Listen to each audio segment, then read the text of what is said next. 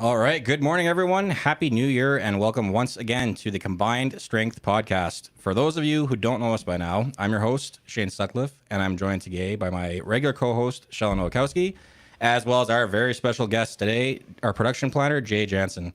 Welcome, Jay. Thanks for joining us. Oh, thanks for having me. Yeah, it's great. We ambushed Jay this morning, and I got him to agree last minute to jump on the program. So if we all seem a little more disorganized than usual, you know why. Jay is going to help us host the show today, and then we'll be doing a live version of our The People Who Power Us interview series, where we'll get to know a little bit about Jay's backstory and what he thought of 2022 now that it's behind us, and what he's excited about for 2023. And just before we get underway, we want to acknowledge that we are meeting today on Treaty 6 territory and the traditional homeland of the Métis. And with that, I'd like to ask Shellen to start us off with a safety talk. Sure. Thanks, Shane. Hi, everyone. Well, I'm going to take a piece out of Eric Anderson of SIMSA's playbook today because I heard him share this safety at moment a few months ago at a presentation we were attending, and I didn't listen to him, so I thought maybe if I talk about it myself, I might actually follow through on this one. But so you know those little safety cameras at the back of our cars, our backup cameras, they get really, really dirty this time of year, to a point where you can't see, and then it gets to, I don't know if you guys have the sensors that like beep at you too. Yep. But it's just a straight beep. So it's like, okay, it's time to give her a clean. So just to put that at the forefront of your mind, maybe give that a wipe so that you can see what's coming and you're driving safe. Yeah, no, that's a great point, Shellen. That's something that is an easy bit of maintenance that can have a big impact on your safety. And I actually can attest to the fact that I don't do that enough because I've got a nice big dent in my bumper as exactly a result of that same situation. So, yeah, awesome. Well, thanks for that, Shellen. And with that, we've got a few project updates we wanted to go over this week. And we're going to start off here. I'll switch over to the other screen view here. We have these stainless steel mixers are one of the first ones we want to highlight. And this is a project that is being worked on at our 56th Street facility right now. And this is for a customer in the potash industry that needed these units fabricated to replace pieces in existence, or rather in place currently. And what they are, for those that are just listening in, I can't see the photos on the screen here. If you know what an auger is, and I'm assuming most people probably have an idea of that, or a screw even is a good way to look at it. That's essentially what these mixers are. They're a stainless steel screw auger. But rather than having continual flighting all the way down, they actually have what are like interrupted paddles, I guess is probably the easiest way to describe it. And they are part of the compaction process for potash. So they actually serve to move dry product into the compaction process of the plant. And in terms of how we managed to pull this off, our estimating and project management team worked very closely with the end user to determine the best options with respect to materials and design to address challenges we were facing both in material procurement and fabrication timelines. And then beyond that, we also engaged the services of one of our very trusted machine sub-vendors to take care of the machined shaft portions that you can see at either end of these units. And one really cool thing about guys is that they were machined as individual pieces stuck inside of a big long chunk of pipe, which our guys had to get fairly accurate and fairly straight right off the hop. And then we welded them in, welded all the other additional plates on, and sent it back to the machine shop for truing up and squaring after the fact. So definitely a bit of a complexity when it comes to the measurements required and the considerations you have to watch for, especially when you're dealing with stainless and how much it loves to move around on you. And other than that, once they're all completed, fully welded, inspected, the whole 9 yards, they will be getting chemically pickled to ensure that the stainless materials can maintain the corrosion-resistant properties that they need. That's part of our process when we do stainless steel work, is pretty much everything we do in stainless gets pickled at some point to make sure that it's going to retain those properties that the customers are expecting. One big reason why the team at JNE was selected to take on this project is we have a reputation for delivering on time to design and helping our clients with these very tight timeline projects. This was one where there was a severe level of urgency behind getting these things out, and we've managed to maintain the delivery schedule that we agreed to. So it's a good win-win for us and our customer in this case. And excellent work by everybody in the shop on this one. Just an interesting side point on that one too. I mean, that went through both, our day shift and our weekend shift to be able to hand over that type of information and understanding exactly what's needed in order to build a quality product. Absolutely. And that is something that impressed me about JNE, is the ability to hand it off, communicate, and still, meet those customer requirements. Yeah, that's a really great point, Jay. I actually kind of forgot until you mentioned that we had weekend shift involvement in this one as well. So that's absolutely a key point in terms of making sure the communication is effective to make sure that we can execute these things. Awesome.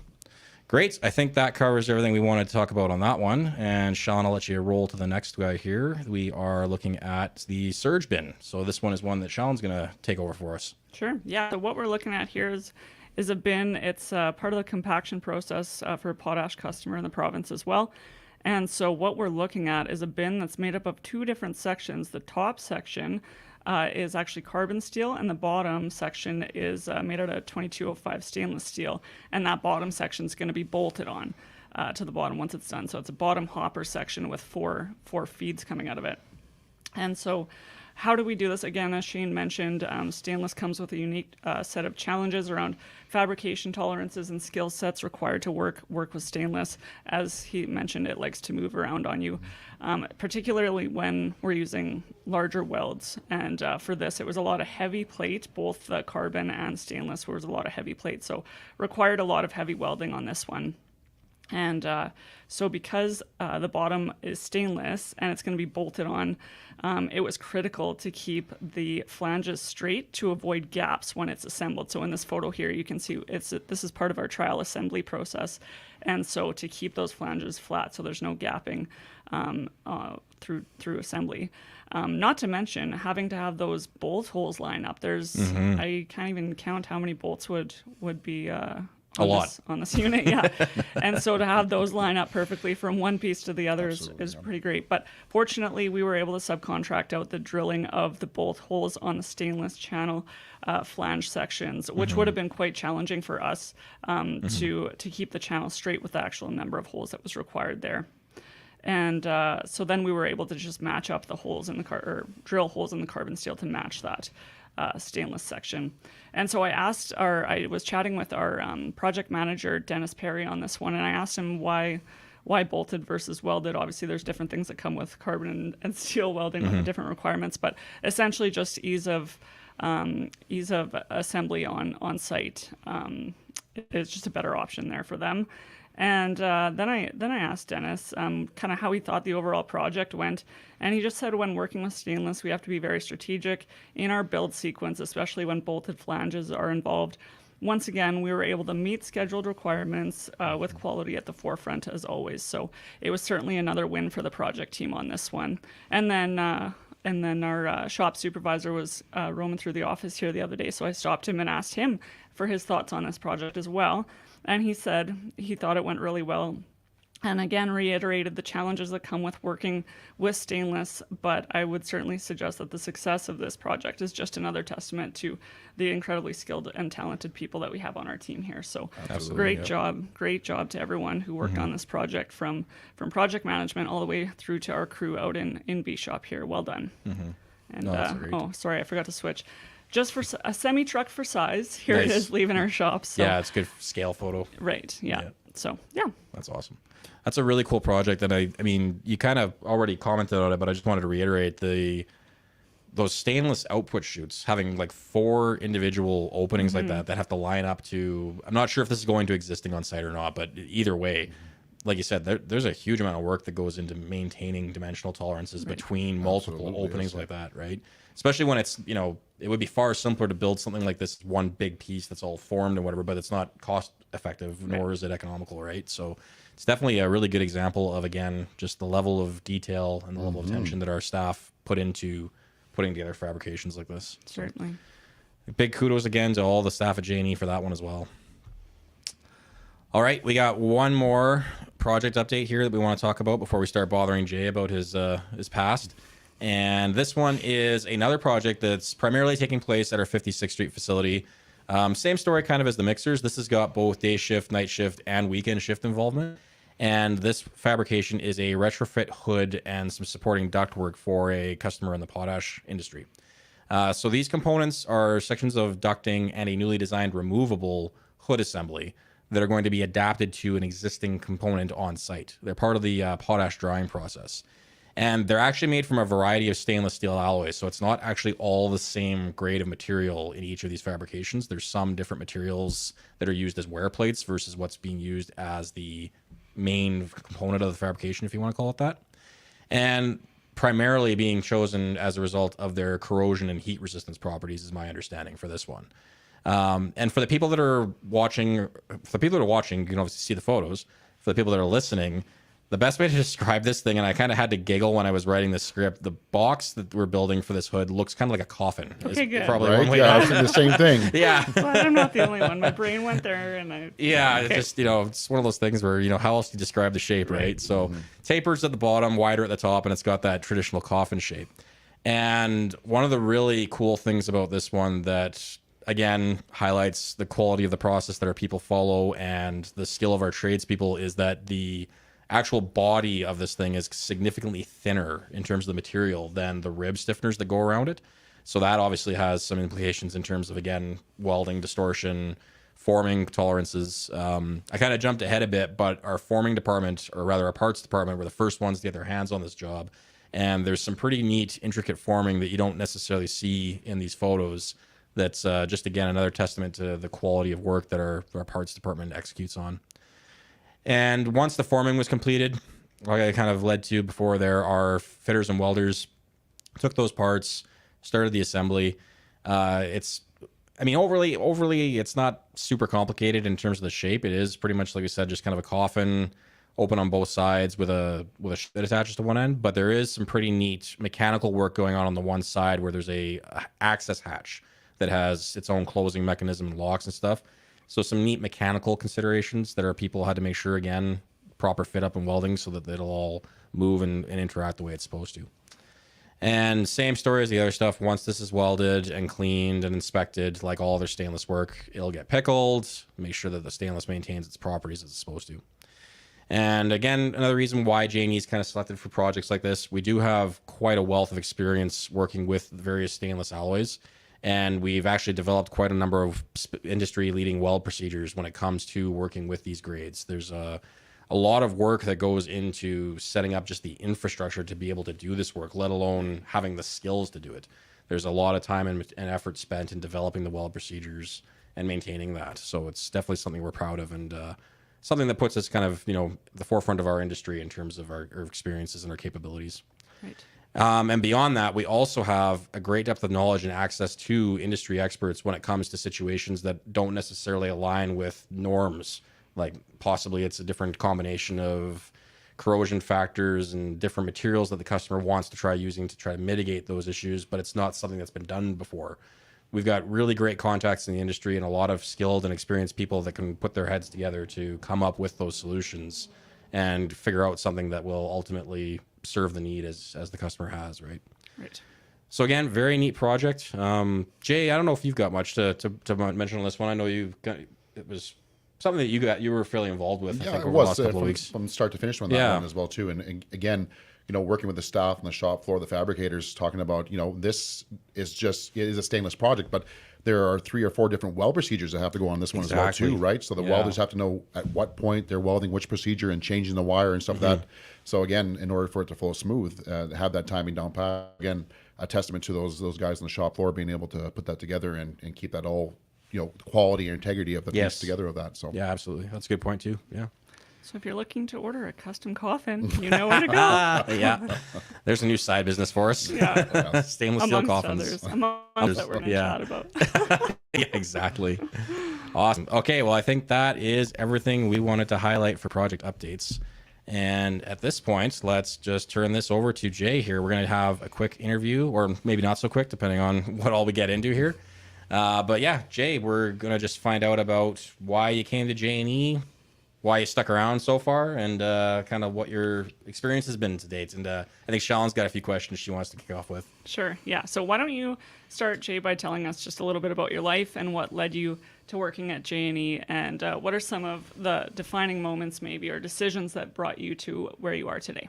excellent question. And again, thank you very much for having me and letting me share my story. Yeah, I'm Saskatchewan born and raised. I was grew up on a farm just outside of Rostern, Saskatchewan. Oh, nice. The youngest of four boys. My dad was a full-time farmer, and my mom as well too. Dairy, grain, that sort of stuff. Of that. So, Right on. so grew up in the '80s and '90s in Saskatchewan. Part of it, and had a great life there. Dad always wanted more for us than what he had. So instead of staying on the farm, he always encouraged us to kind of get into something else. Welding was something that I always was interested in, so kind of jumped on that early. In my career, went to school, got welding certificates and stuff like that, and came to work for a company called Coverall Building Systems as a welder. I think I welded for all about 2 minutes before they grabbed me and threw me in leadership, and that kind of was on a different trajectory from there. Though my heart's always been with welding. Just to interject on that, was that due to you just dazzled them with your skills of welding? They said, no, you need to be a leader, or was it more like we need to get this guy off of welding so that he did things? I think a little bit of column B. Exactly. Okay, I know. there we go. All right. No. Hashtag the real story. Yeah. Yeah. This guy can't weld. But no, absolutely. And so, that's actually where the start of my where I am today. And I give a lot to Coverall on their ability.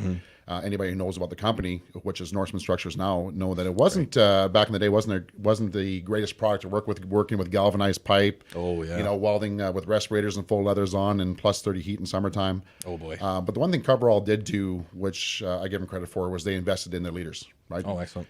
We had a lot of good mentors, and I learned a lot about leadership, a lot of my skills developing myself as a leader through Coverall. And unfortunately, in 2000, when they closed their doors due to other issues, I was left on with the company to try to rebuild, but being uncertain, I didn't know where to go. The skills there led me to a leadership job with Crestline Coach here in Saskatoon, right? Ambulance manufacturer.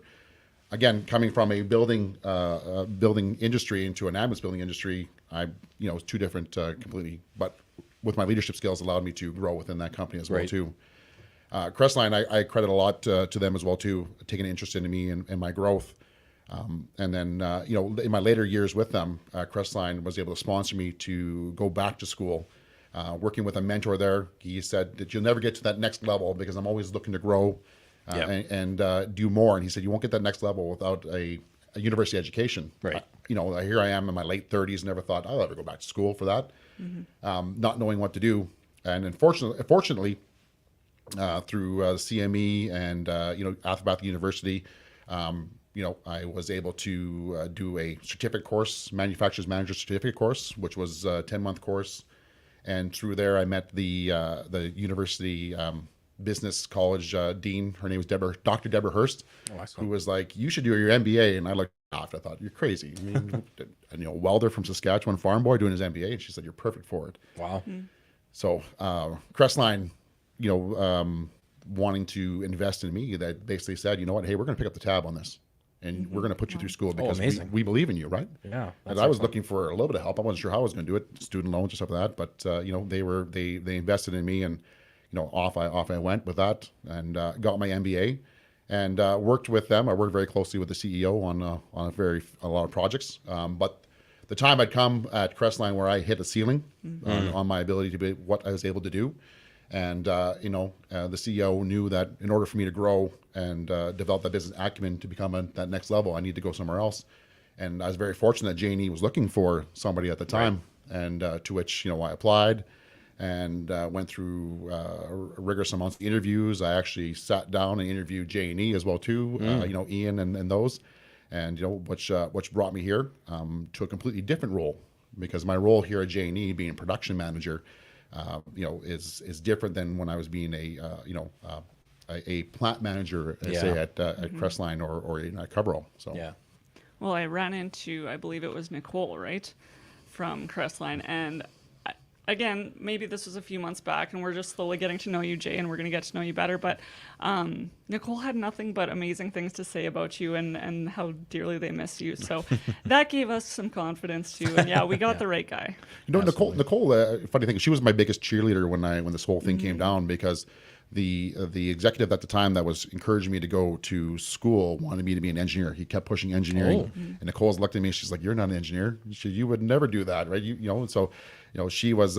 She said she is my biggest cheerleader and the biggest support I had when I was planning this whole trip. So yeah, I mean, I miss Nicole as well too. She's great for Crestline. She's a great person overall, and I'll always thank her for what she did for me. Yeah, it's incredible to have those people in your life that are giving you that belief and that push that maybe you needed. So very cool. Yeah.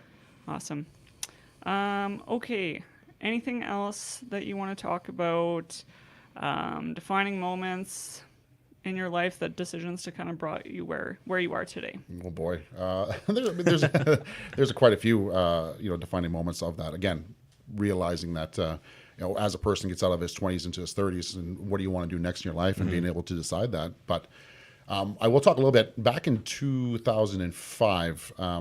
I have two sons, Hunter and Brock. Brock was born in 2003 with a genital heart defect. Wow. Right? And in 2005, he passed away in his sleep. Oh gosh. And So sorry. it's a sad story, but at the same time, I've learned to deal with that part of it. Right, it happens. I'm not going to question the plan on why it happened, but at that moment, I realized that you only get one shot. And Brock lived his best life. You look at photos of him, and he was always smiling, always laughing. He lived his best life. So I'm like, you know what? If my son can do that, I should as well too. Absolutely. And it was during those times that I decided to go out. That's kind of where the professional wrestling career came from. Doing that, not just watching, but doing that. Some people don't know I'm a fully trained volunteer firefighter. Wow. I did that as well too, right? And the leadership, coaching, all that sort of stuff. That was one of those moments where it's like you only get one shot. So when you get a chance to do something, jump on it. Yeah. That's phenomenal. Absolutely. Oh, and just for everybody listening, because I'm pretty sure that was a red flag. Yeah, the professional wrestling thing, we're going to talk more about that. Don't worry, that'll come back. Yeah. Wow. Well, thanks for sharing that. I actually didn't know that about you as Yeah. well. So It gets a little. It's hard because when you tell somebody you have a child that passed away, they don't know how to react. Right. Right. Oh, absolutely. And I try to tell people it's okay. It was 2005, right? And I had to deal with. Actually, another one was, when I first was dealing with it, I actually ended up in a bout of alcoholism, right? I found myself getting into AA many years later. Another defining point when I decided I wanted to go back to school. I knew I needed to sober up. Yeah. So I joined the AA program. It's not for everybody. It was for me, and it helped turn my life around, realizing how much time and stuff I was wasting on that part of it. So, this year, I think it celebrates 8 years of sobriety.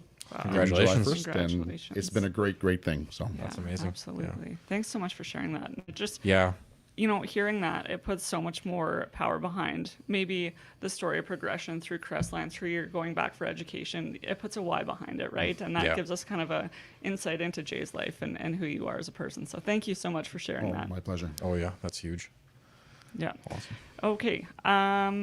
Let's see. So outside of work, let's go outside of work. What are some of your favorite things to do in your day-to-day life? What gets you going? What gets you motivated? What's enjoyable for Jay? I love personal growth, right? What gets me going? I listen to a lot of positive motivation talk, all right, about seizing the day, about getting things done.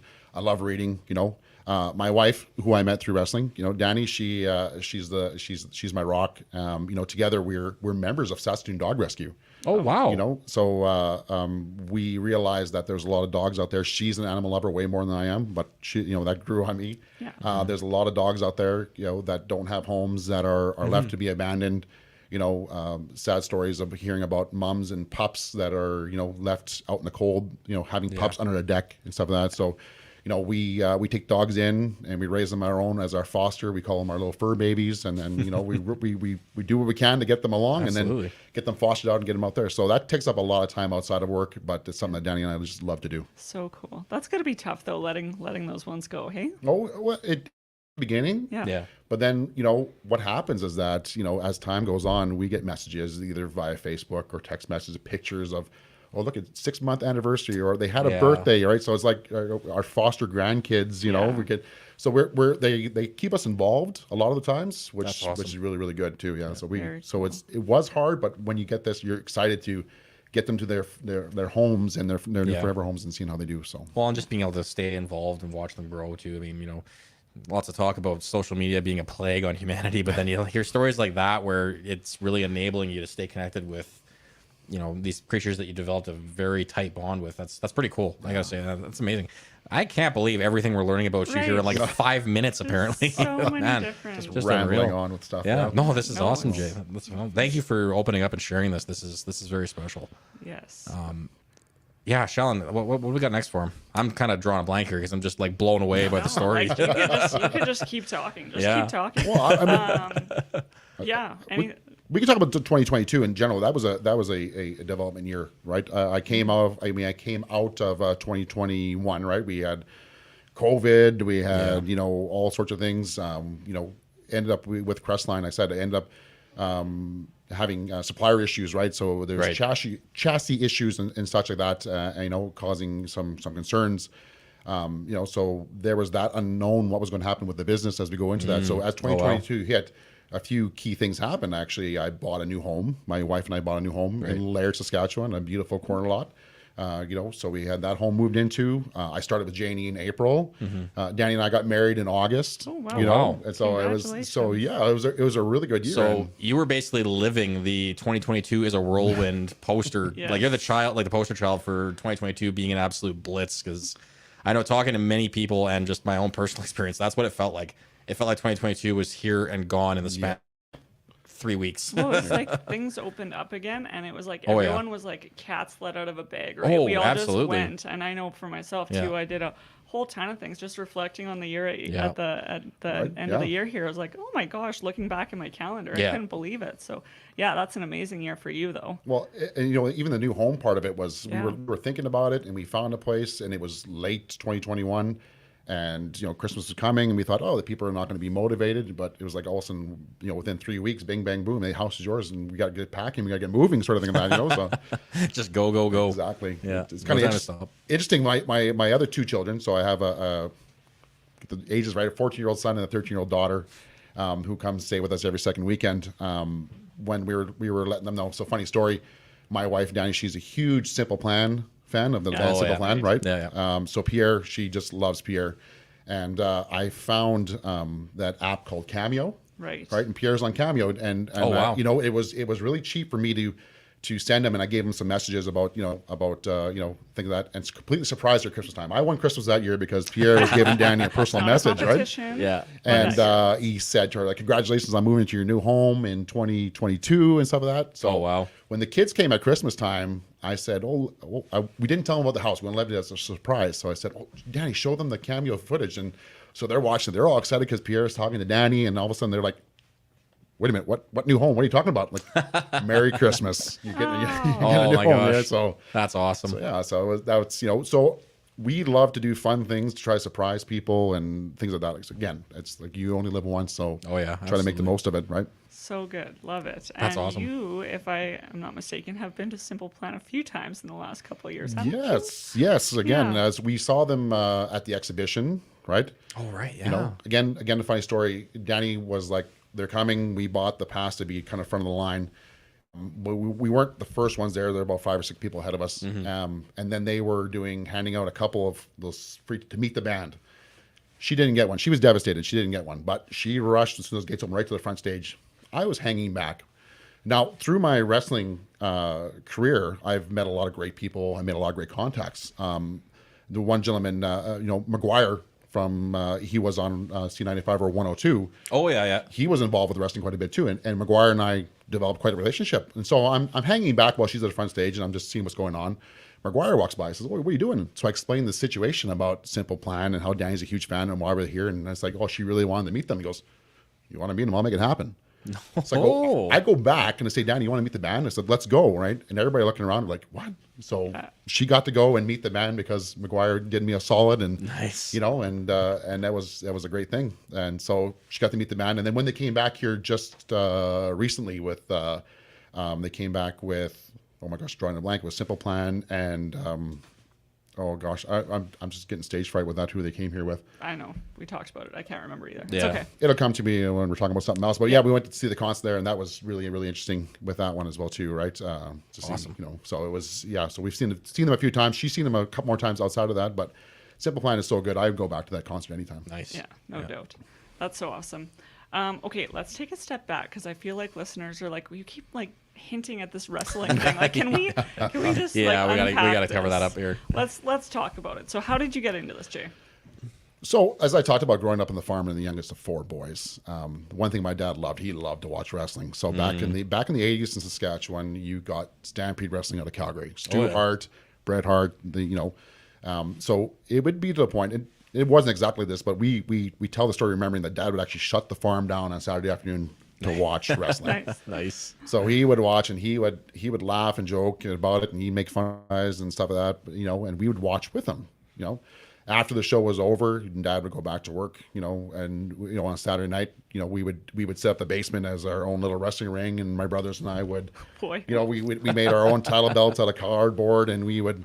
We'd imitate what we saw. We had our own wrestling personas and stuff like that, right? Yeah. What was your persona as a child? Oh boy, I had quite a few. More along the lines of, I was like I was the Hulk Hogan, but I was like Jay Hogan. Nice, yeah. Yeah, my brother, he was always a bit artistic, so there was a wrestler called Ravishing Rick Rude, so he called himself Ravishing Ryan Rude or something like that. So nice. Yeah. So that love was developed then, right? Because Dad loved watching wrestling. We loved watching with him. And then one day I was 25, 26. I was at the gym in Saskatoon, and I saw a poster on the poster board asking, "You ever dream of being a professional wrestler? We're going to have tryouts." I had no clue, so I pulled the number down and I called the guy, and his name was Crash Crimson, and talked to him quite a bit about that. And I'm like, "Is this a full-time thing? Do I have to quit my job in order to do this?" He's like, "No. This is like a weekend thing." So he talked me through that. So they had what was called a mini camp, where you go there for a few hours and you learn a few things, and they try you out to say, "This is what it takes to be a professional wrestler." And after 3 hours of being thrown around, slammed, banged around, they look to see, do you have any natural talent, or would you be interested in doing that? So when it was done, he said to me, he goes, "Well, tomorrow you'll know for sure whether you want to, because you're going to wake up be super sore and stiff." So, Yeah. And I just loved it, because I thought about my dad the whole time, and thought about, what if my dad gets to see me, and all these sort of things like this. And so the next day I phoned him up and said, "Yeah, I want to train." And I started training, and that actually was this summer. It'll be 20 years ago that I did that. Yeah. Wow. I had no idea it was that long. Yeah, That's amazing. That's amazing. So based on the fact that you said you were very sore the next day, this is real. Like, body slamming is real. Like, that is real. Oh, it is real. Real. A lot of people call wrestling fake. It's not fake. It's entertainment, but the risks we take are real. Like, when you see someone getting slammed on that, people think that ring is like a soft, cushy mattress. It's not. Nope. You got solid wood with maybe some carpet underlay and but trust me, you want that surface to be harder, because it absorbs more of the impact on your body. That makes sense. Yeah. When they're seeing guys get slammed, when they see people, I've had people ask me about the realistic sounding fake chairs. I'm like, no, Realistic sounding fake chairs. those chairs are real, and you learn how to throw them, you learn how to hit them. But when someone hits me on the head with a steel chair, it's real McCoy. Wow. Oh my gosh. That's unreal. So any concussions, major injuries over the years? Not that I know of, but I mean, time will tell on that Not that one. he remembers. Like, I'm walking in here one day and I got my gear on, you'll probably know, like, oh, well, something happened, right? So Yeah. Interesting. That's phenomenal. I'm fortunate, knock on wood, that after 20 years, I never had a serious injury, never a broken bone, never, I've pulled and twisted a few things like that, and but I've never suffered a major injury that can come from these, taking these risks and inherits in these sort of crazy matches that people have. Absolutely. Cool. And so to recap, we were talking about your early days in your wrestling career when you were kids. What was your alter ego when you were doing this professionally? When I got into professional business, they came up with a gimmick for me, and a gimmick is basically the word they use for your character. Right. His name was Dice Steele. Dice Steele. So people, where did that come from? Well, back late 90s, there was that comedian Andrew Dice Clay that came out. So it was a bit of based on that. So when I was given that gimmick, I was kind of like, this is kind of what you're going with. So, leather jacket, aviators on, out in the screen, out in the ring there. Yeah, and actually, I think we can just kind of share something here with everyone. This is a Saskatoon Star Phoenix post, and there is our own Jay Jansen dressed up as Dice Steele. And I really got to ask, I didn't think to talk to you about this before, but how did you become the most hated man in the ring? Like, was that part of the whole story, or what's going on there? That was when I first got into the business. They made me a bad guy, and I had to, But so I mean, wrestling persona, you got to have a good guy, you got to have a male soap opera, as some like to call it, right? Yeah. I was always better at portraying a bad guy than I was a good guy, right? People loved to hate me, but the hate was never stuck. I mean, it's amazing. I'm in the ring, people are telling me to shut up and this and that, and I'm telling them to shut up and where they can go, and and I got their favorite fan, and as the ref's distracted, I'm choking them and I'm pointing at you, look at you, right? And afterwards when I'm done and I'm geared down and I'm out there and people are leaving, they come and thank me. It's like, wow, great show. You're so entertaining and That's things like amazing. that.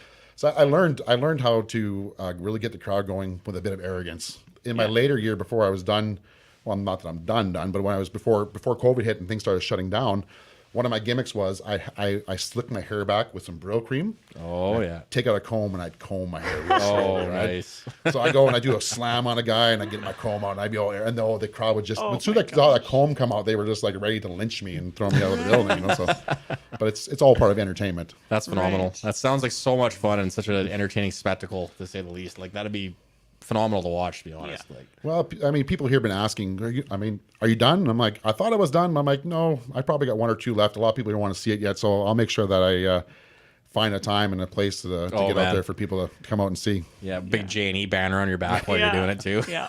One whole section just be all JNE fans. Man. Exactly. Yeah, yeah. absolutely, it Yeah. will be. Everyone's going to be out for Oh, that. that's for sure. Yeah. So that's, I mean, and like obviously we've delved into who Jay is as a person. You are not the mean dice steel that you were made out to be. No. How do you? So like, I don't know. Does that affect you anyway? Like you just leave, like it's acting, right? So you does, just yeah. leave it there, and you're okay with that, and then you're not. Yeah, exactly. I mean, who Dice Steel really is. I mean, if Jay Jansen was being a egotistical person, that's who Dice Steel really is, right? Mm-hmm. I take myself and I slowly turn that dial up, right, till it gets to 10, and that's the arrogance part of it. And after a show, I just turn it back down, right? Yeah. He's always there, but he's I save him for the ring and stuff like that because I'm not, and it's just fun to do that and be able to get away with it. But Right. That's awesome. Very cool. Well, thank you for sharing. I know we've all been curious. Now Oh we yeah. know. Yeah. Now the world knows. Okay. Or at least the world that watches this, anyways. Right. And Yeah. so when we were just talking before this, I asked, so like everyone all the other wrestlers in this league, they're just normal people like you with normal jobs, right? that's right. Right. Okay. We walk among you, right? So- You will never know. But it's interesting. Just the other day, I had stopped after work at the Co-op on 51st Street, and I got out and one of the attendants goes, "You're Dice Steel." I'm like, so you want to That talk must to me have been a about cool wrestling? feeling. Yeah, it is. It's still nice to get recognized and stuff like that. But Yeah. they said, but we walk among everybody else and have Yeah. regular jobs, Just and like regular superheroes. Yeah. Some guys like to play rec hockey, some like to play rec ball. I like to wrestle. That's my thing, right? So That's So phenomenal. cool. Awesome. Okay, well, let's kind of switch back to that day-to-day normal guy, normal job kind of stuff. Hey. Yeah. Come back to reality. Yeah. So maybe just tell us a little bit about your job at JNE, what you do, what a typical day-to-day looks like for you here. Absolutely. I mean, I'm production manager here at JNE, and it's a little bit, as I talked about earlier on, different than what I'm used to. I mean, I'm used to being a leader in charge, manager of people, and receiving information and building product. And this role is a little bit different where, I don't have any direct reports, but I manage process. So my job as the production manager is to coordinate between the estimators, the project managers, and the shop floor, and making sure the resources are there. We have it scheduled into the shop. We'll be able to maintain timelines, help schedule with that. So my day typically starts with, updating from the different shops, a shop being 56th Street, kind of where they're at, what's their day look like, any issues they're going to have for that day. But as the day goes on, I step back from the tactical day-to-day point and start looking strategically now, right? And, big props to Ian, our CEO, who has done a tremendous job taking this leader of men and making them a leader of process and helping me to critically think about that, right? So I look out, okay, where are we going to be at the end of this week? Where are we going to be at the end of next week? Where are we looking at for the end of the month? What issues are we having? What I need help coordinate that with, and continuing to make sure that, that I'm collaborating with the PMs and the shop floor and whoever needs to be to make sure that we have the tools and the proper resources in place to get these jobs done. Yeah, So, incredible. That's a ton of moving pieces. a lot to kind of work with in a day, and I'm sure your day can shift like Absolutely, blink yeah. of an eye, And hey? despite what it might sound like, a crystal ball is not part of the equipment package that Jay was given when he Right. started here. So to know that he does all of that without the ability to see into the future is pretty impressive. To say If the anybody least. has a crystal ball out there, please Yeah. feel free to come. Oh, drop it believe off me, anytime. I'll take one too. Yeah, that'd be great. Okay, well, thank you for that. And so maybe just give us an example of a personal success story since being here, part of the JNE team, if one comes to mind. Well, just recently here, we were, again, being part of the JNE team and being part of, Ian's team and working with Adam and stuff like that. They've been very vocal about, go and own it, go and do it, right? Don't sit there and wait for permission. And there was an issue where we had to discuss, well, we're in a slow period, but there was something that was missed on the plasma table, and I needed to determine, do we keep the guy on board because the table's going down for maintenance the next day and pay overtime, or don't? I made the call based on the information I had. I said, you know what, this is the information that we have. We're going to do this. We're going to get this job done to make sure that the shops keep flowing. And if it's the wrong call, well, I'll learn a lesson from that. Yeah. And when I shared that with Ian goes, I gave him context. We discussed it, and he said, no, that's the exact same call. And he goes, thank you for not waiting to ask somebody for permission and just going and doing it, right? Yeah. And they're wanting more of that, and I can see that on a day-to-day basis that both Adam and Ian are continuing to push me to go and do these sort of things, right? So, it's been phenomenal. That sort of success kind of just boosts me and gives me that sort of like, hey, let's go tackle more. Yeah, Absolutely. absolutely. You got a few of those wins under your belt, and it just gives you the confidence to make those calls Yep. and be able to go out and do that yourself, right? Absolutely, yes. Yeah, Yeah. very cool. Awesome. Well, as a newer team member throughout 2022, we kind of talked a little bit about that. Anything to add about your experience coming into the organization through 2022? Absolutely. One of the biggest things that I discovered was that my entire career in manufacturing, 25 plus years, has all been in production line manufacturing. Great. Right. So I came into it with a production line mindset, and understanding custom fabrication is a completely different world. A lot of similarities, a lot of things. Shared processes. Processes shared the same, but I mean, in the way that we look at things, the way we measure things, the way we compare things. As one day you're working on a large vessel, you're working on that for 6 months, and boom, it's gone. Then you're working on a skid, as opposed to production line where it's like, same thing kind of day in, day out. So changing that mindset took quite a bit of discussions, a lot of aha moments, a lot of stepping back, looking at that. So, but again, great. We talk about that business acumen side. For me to eventually become, an executive, I need to be able to say, I have experience in production. Now I have experience in fabrication. I'm understanding kind of the both worlds and, how to tie that together. So, Right. Yeah. Really putting your mental elasticity to test there. boy, For some, sure, some days I'm going home and just ready to, I'm glad to close my eyes. So you've traded off the sore physical form from wrestling for the sore mental form of production planning. Yeah, absolutely. Absolutely. Yeah. But that's what I was just thinking while you were talking about that, is that when you were at Crestline, you said you needed that extra challenge to build that business acumen.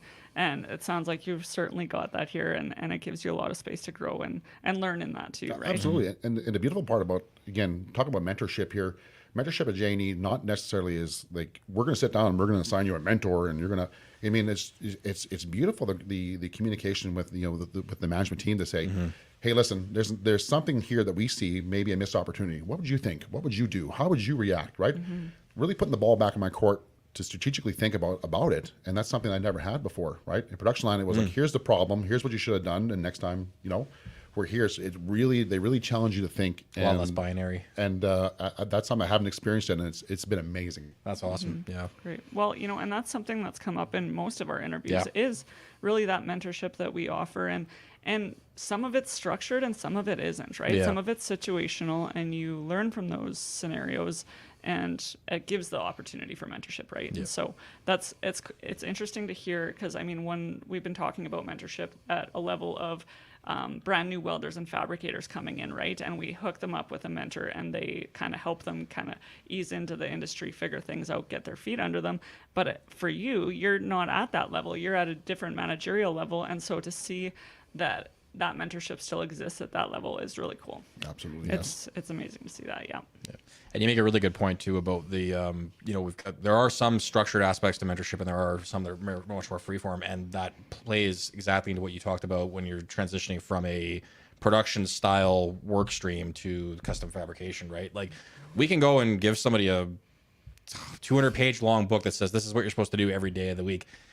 That book is only as valuable as long as that process is exactly what we're working on, right? So the ability to mentor people in a way that gives them more flexibility and the ability to critically think on their own is huge for the way we do things, because we rely on our people every day, whether it's in respect to productivity or safety, especially.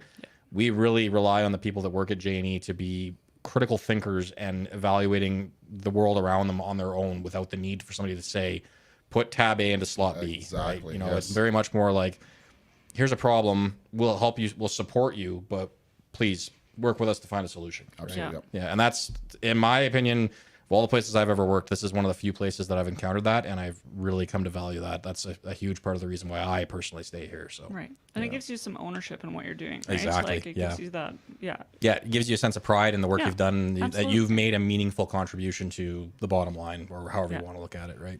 Yeah, that's great. That's huge.